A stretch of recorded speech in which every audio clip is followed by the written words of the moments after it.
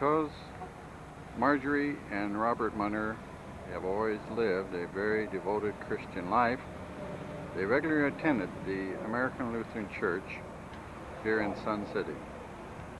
This is my mother and dad on March 16th, 1986. They are about to attend church. This is a beautiful church here in Sun City.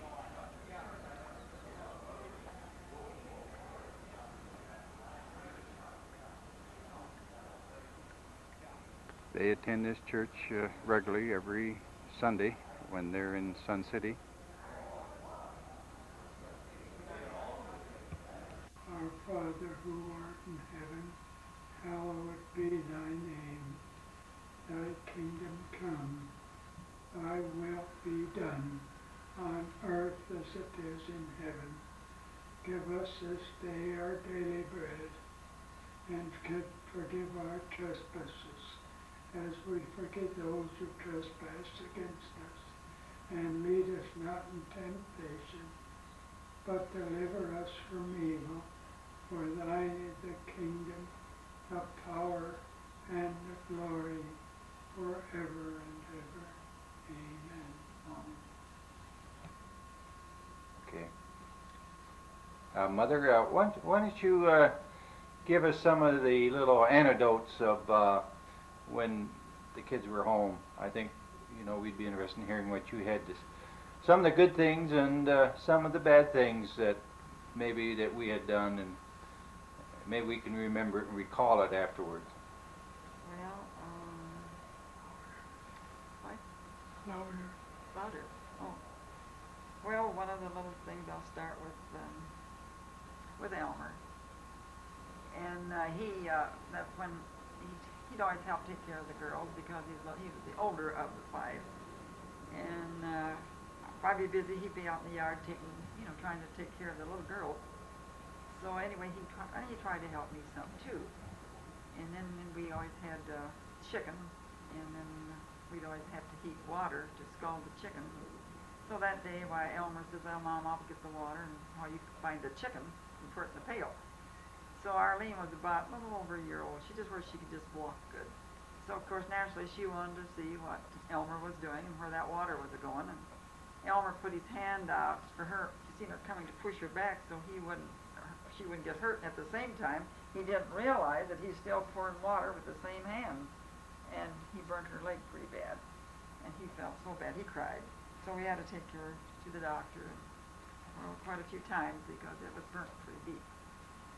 And then, of course, the girls, and then Dwayne, the girls always liked to have a little playhouse outside, and they'd have string, and they'd make little apartments, the kitchen, living room, or whatever you have. You get it all fixed up, and they always said about the time we got everything all nice and clean, and Dwayne, he'd come in and want to sell them something, or else change something different. And they'd get so mad at him. But Elmer was older, and Dwayne, of course, didn't have nobody to really play with, so then he didn't want to play like the girls, so that was kind of rough. But anyhow, they got along all right, but he'd always want to change their playhouses. And then, of course, too, Dwayne was, when he was about, he was still in the high chair when he would eat, or I'd want him to feed him or something.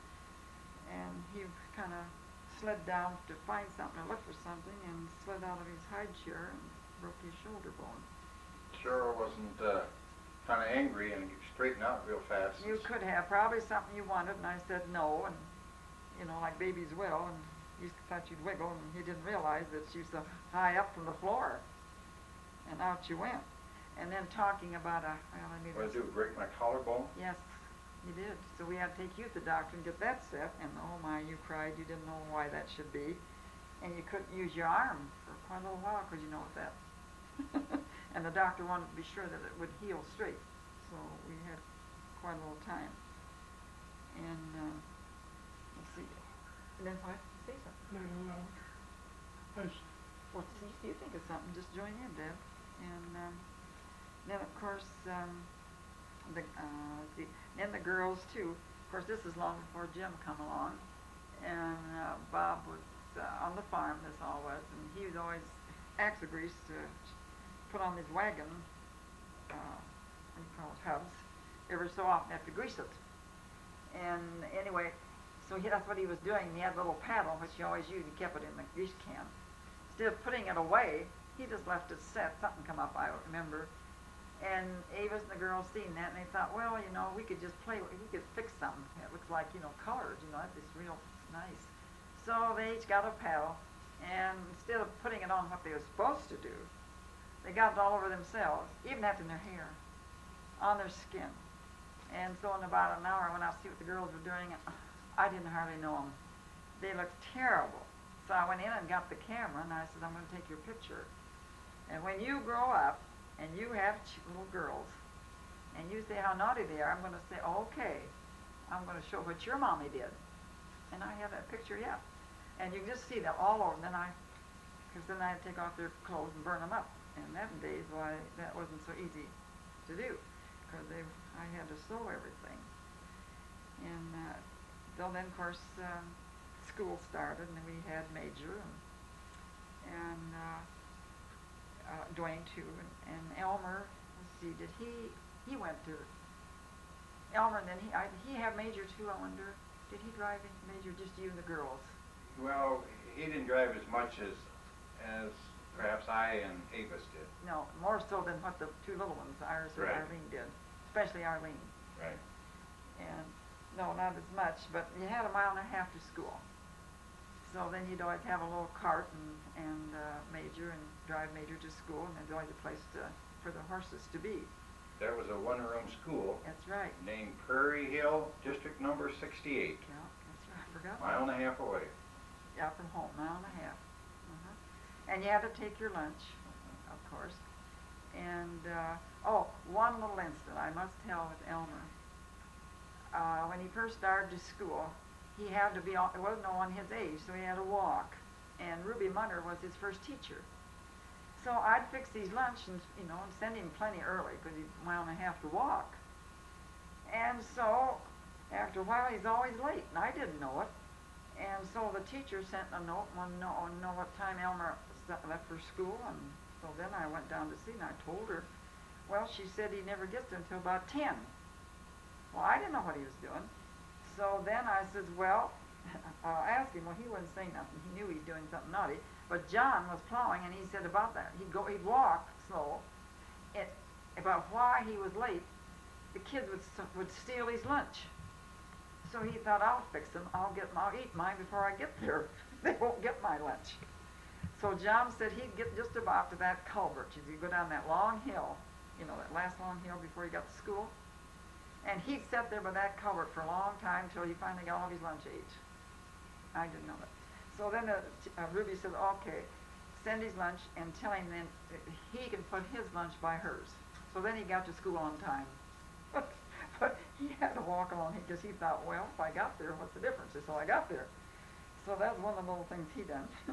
And then, let's see, the girls, with Major, of course, they loved Major. Avis was always a horseman. She loved horses, dearly loved them, and could almost make them do anything that she wanted them to do.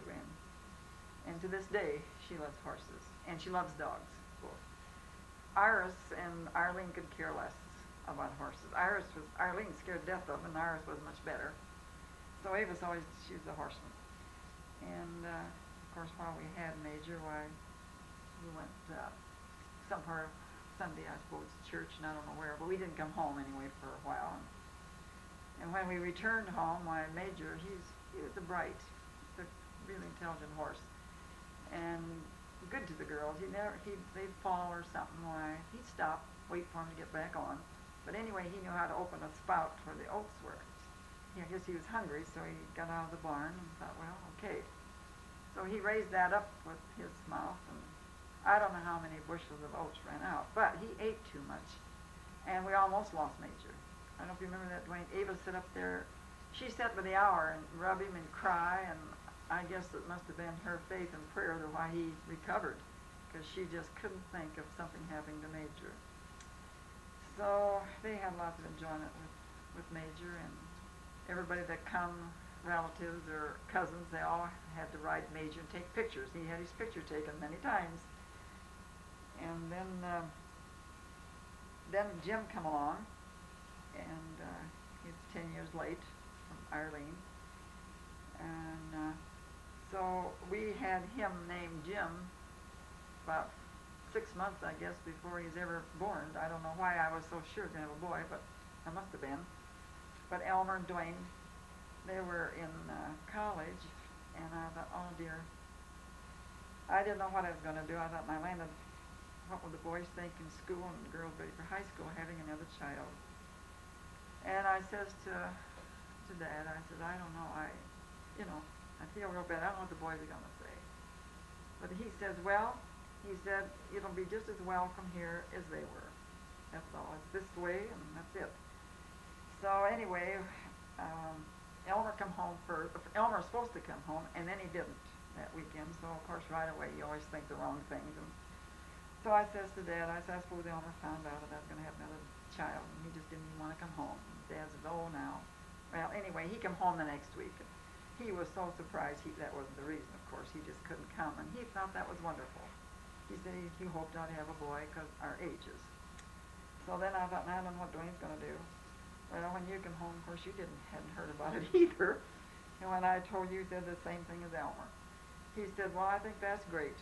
He said, the girls will all be gone, and you'll have somebody to help take care of you. All I hope is a boy. Well, I said, I hope so, too. Well, anyway, the girls, of course, in the meantime, I told them. And so anyway, even you and Elmer come home, and with the baby clothes, you're just so proud. You always want to look at all the baby clothes. We started calling him Jim. I don't know why, but that was the name. I guess maybe I might have said, if it's a boy, I will name him after both grandpas, James Gottlieb. But of course, the girls thought that was a long name, so they said Jim. So for 6 months before he was to arrive, we called him Jim. And he was a boy, of course. And everything worked out well. And he was the only one that was born in the Wayne Hospital. The rest were born in our farm home out in the farm. And then, of course, as he started growing up, I had to go to the hospital. I got pregnant in the tube, and that thing bursted right at thrashing time. And I didn't know what was the matter. I figured, I was getting up in age when Jim was born. I didn't know what was wrong either, but I know I was very, very ill. And I had thrashes at our house, and Fern and Alma we'd always help each other. So the girls, Alma and Fern, knew I was terribly ill. And so they thought, well, if you just get the dinner over at our house, it'd be okay. Well, they'd come up early to do it. So I thought, well, I could peel apples for the pie, and I just sat there a minute, and I couldn't. I just got so terribly ill, I had to go lay down, and they called Dr. Carroll. I had never seen him before. So if it hadn't have been for him knowing, of course, that was kind of rare at that time, knowing what he thought it was, I probably would have died.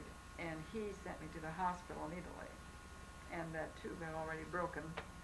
And anyway, so then the girls, Fern and Alma, they had to finish with the thrashers and take care of Jim, the little one, and the girls. So Fern, she just stayed at my house with the little ones and helped. So I was in the hospital a couple of weeks. When I returned home, Jim wouldn't have a thing to do with me. Absolutely a baby, wouldn't have nothing. He'd come so far to the bed, or I'd laying, but he wouldn't have a thing to do with me. So it took quite a while before he finally come to me. So, but anyhow, everything worked out all right. And well, how about the grandkids, Mother? so now I'm coming into the grandkids. Yeah, we had, what was it? Elmer had 2 boys. And you had Ronnie. And then there was Gary. We had about 6 or 7 boys, wasn't it? Oh, right there together. But we had 1 girl. And that was Kathy. She was our first little granddaughter. And when Dwayne called me when Kathy was born, he's going to call her, what was the name you was going to call her? I was kidding you, you mean? Yes. Hortense. And no, it was a boy's name. Oh, I don't know. Oh, anyway, I said, Dwayne, I said, we all wanted a girl, now you have one. No, sir, you're not going to call a boy's name. Well, Jackie. Huh? Jacqueline. Yeah, yeah, yeah. And then he says, well, how will Catherine be? And I says, well, that's good. Oh, I thought sure you meant it. And I just thought, that's awful. All these boys, and then have a girl and name her a boy name. That wasn't right. So, anyway, then on Christmas, then the kids would always come home for Christmas. Always planned to come to out on the farm. And on their way out, the grandkids, the other grandparents, Andersons lived in Laurel, and of course Hersey's lived in, both of them lived in Laurel. And they all wanted to see their grandchildren as well as we did, and the kids wouldn't stay. They'd just yell and scream, I want to go out to Grandpa's farm, I want to go out to Grandpa's farm, because there's more things to do, because they lived in town. They didn't want no part of that. So that's why they always come to the farm. But Andersons and Herseys understood. And so anyway, the kids would come out there. And Thanksgiving, well, they used to come sometimes on Thanksgiving because I would always have, the kids would eat first. We'd have two tables. We'd fix dinner for the children first and then us. Nowadays, I guess if they have adults and then the children, I don't know. But at that time, it was the children first. Did the boys behave themselves out on the farm? Well, they never got no arguments, that's for sure, because there's too many things for them to get into and do that they couldn't do in town. And so anyway, that was in the wintertime, and this one time, and that's when Dad had a trough at night where the water would freeze. He'd have to take an axe to chop the ice.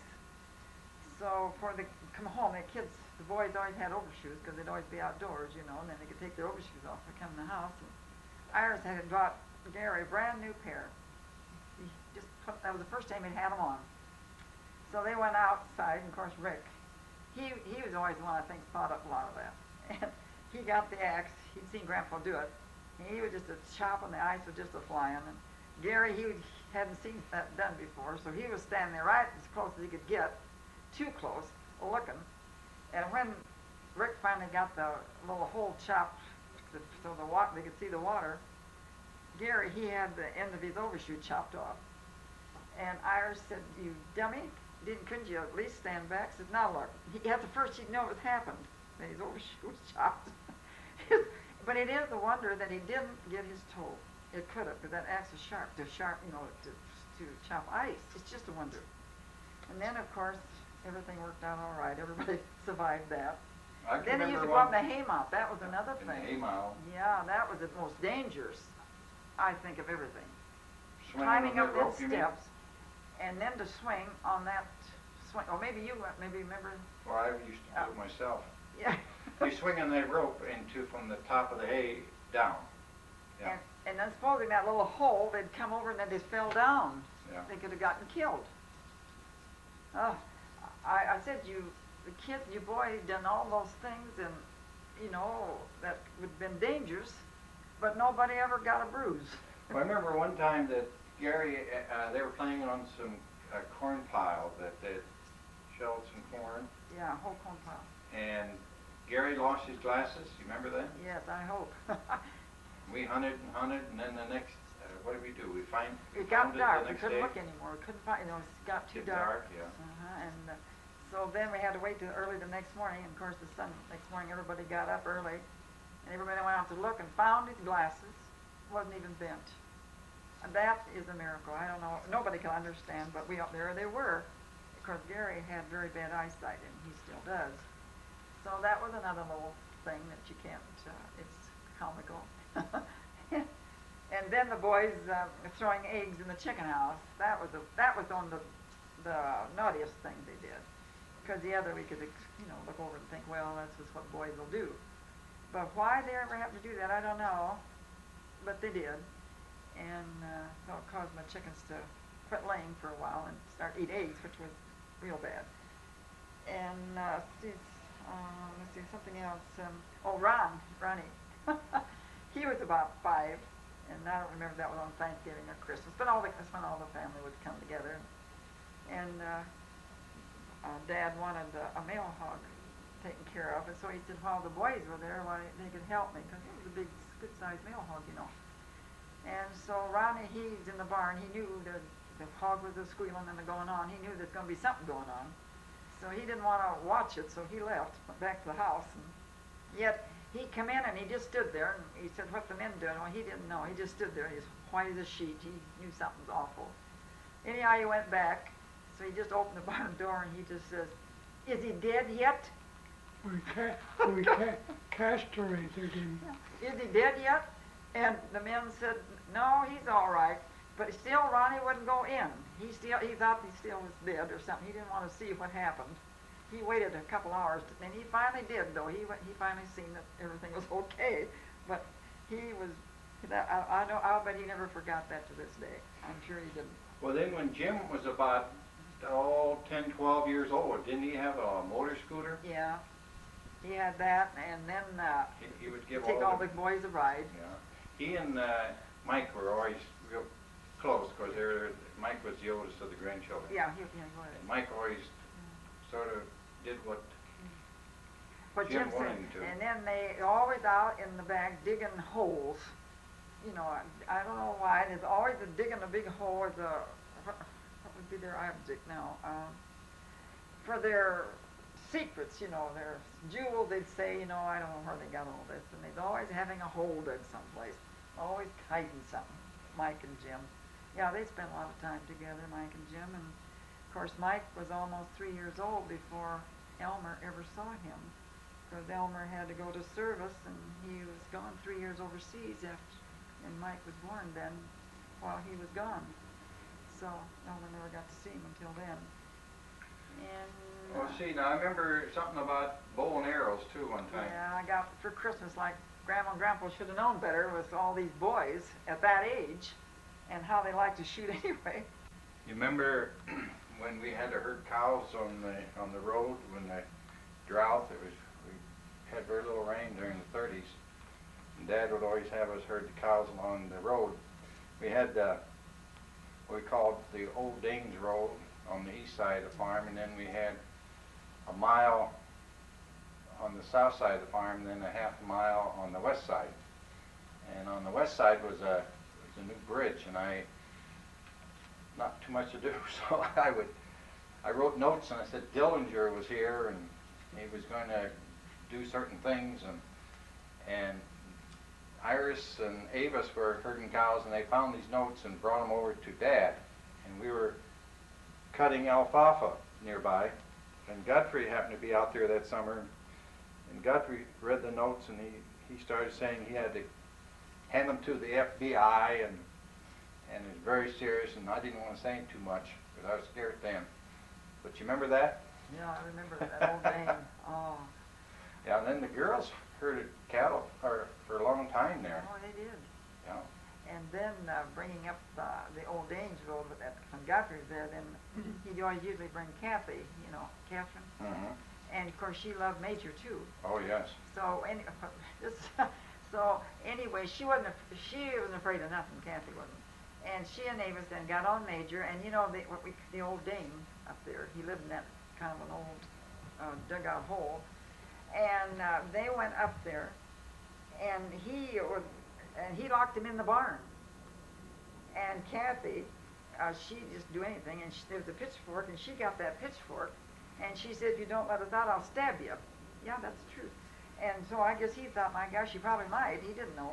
But anyhow, he let the girls out, and they come home. Well, and then when they come home, they both white as a sheet, and Godfrey was there and wanted to know what happened. And Catherine said, well, Godfrey was really disgusted, and so was I. And he said, you can't go in somebody's place, you know, and do that. And anyhow, he said, well, you don't want them back there again. Well, as far as I know, my girls never went there either. But Avis and Kathy, Avis said she never forgot that. Said she never was so scared in her life. She thought that was it. Yeah, and then when the boys would come out with Godfrey, they would want to drive the horse too, but they weren't very good. I hope not. And they would drive Major in the buggy up to the fence posts up there near the fence, yard fence. Then they'd get out, and then Major would, after a while, he'd walk down towards the barn, want to walk in the barn, and then the wheels of the buggy would prevent him from walking into the barn, and he'd stand there, wait for somebody to come down and take care of things. He was, Major was quite a horse. He was wonderful. He was loved by the whole family, almost like part of it. I remember when Dad brought Major home, he brought him at a sale.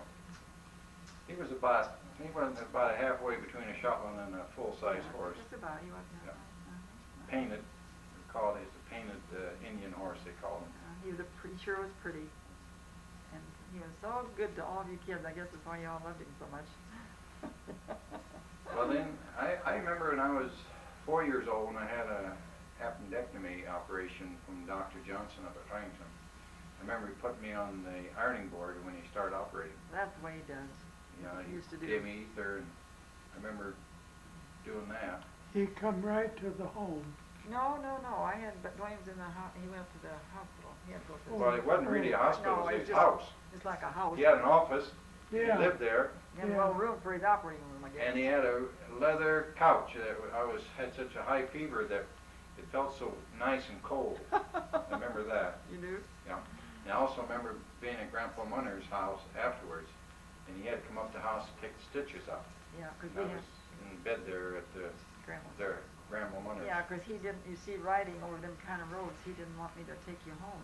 No. But one other time, that's when you was only a year and a half old, when you had mastoid. I had never heard of a mastoid before, and but Grandma Munter had, and of course I didn't happen to see my mother, so she knew right away what it was. So she said, "Well, I'll keep the baby, and you and Dad, and you and Bob, and Dwayne and Grandpa, that'd be Grandpa Munter, go right down to Dr. Johnson's, see what he said."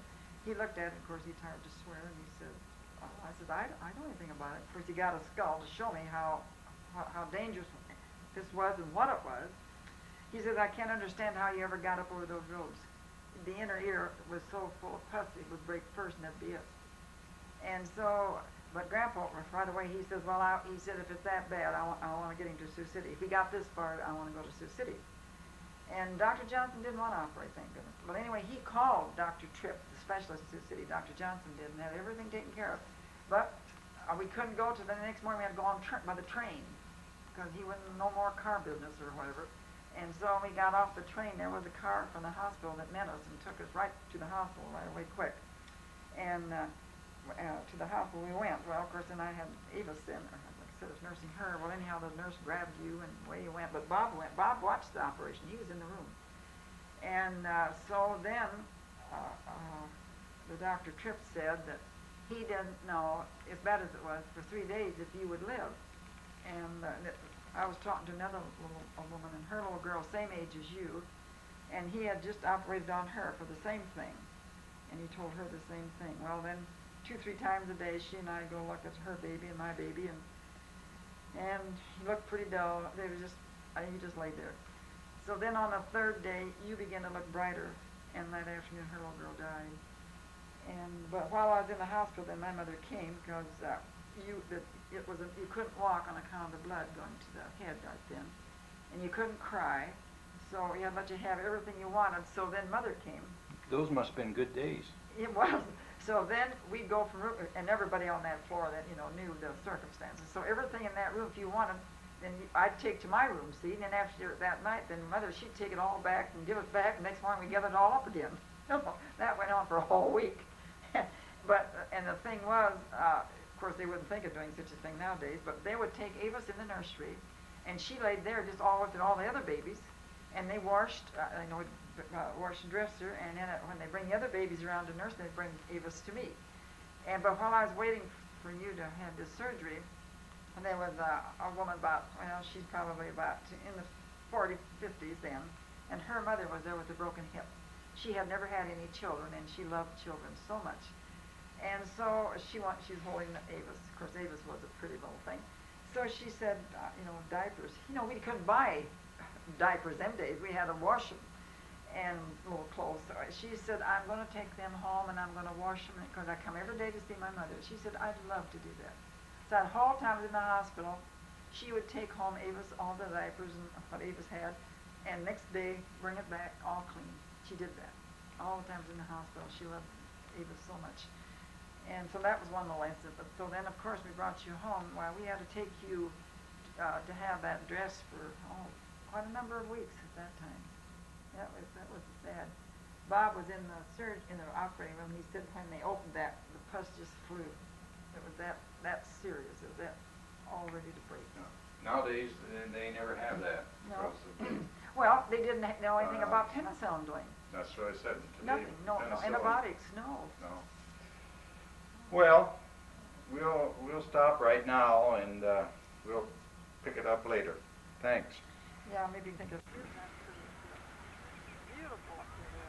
Now this is up at Lakeview, Mother? This is Lakeview, and every time we have company, we always manage to get up here, number one. Because it's beautiful scenery up here. This is a man-made lake. That's right, the water. And there's so many things to do up here besides. Jewelry. This is a waterfall near Lakeview. We've had many fine picnics in this area in the past.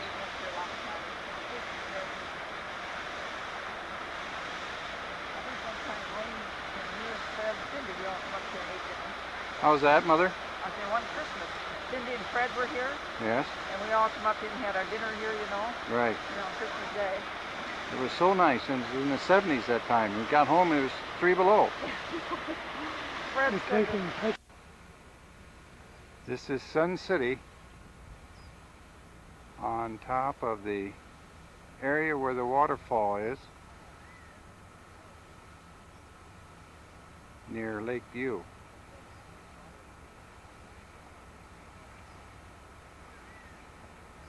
It's a very lovely area. As you can see, there's many, many trees. This is another view on top of the man-made hill overlooking the waterfall.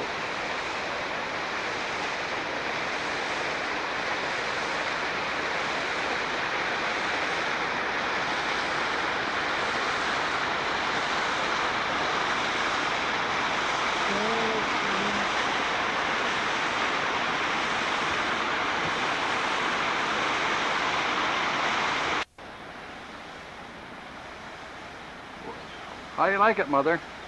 Mother? How you like it?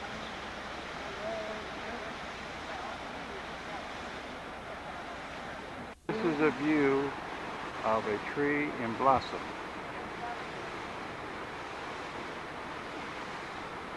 It is a gorgeous red blossoms in full bloom on top of the hill overlooking the waterfall. It is a pretty, very, very pretty, Mother.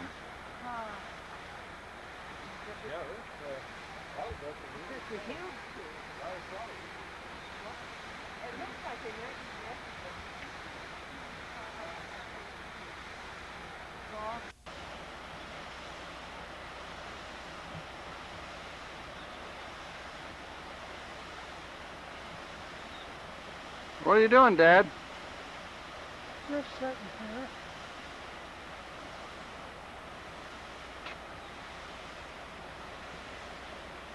Watching the world go by.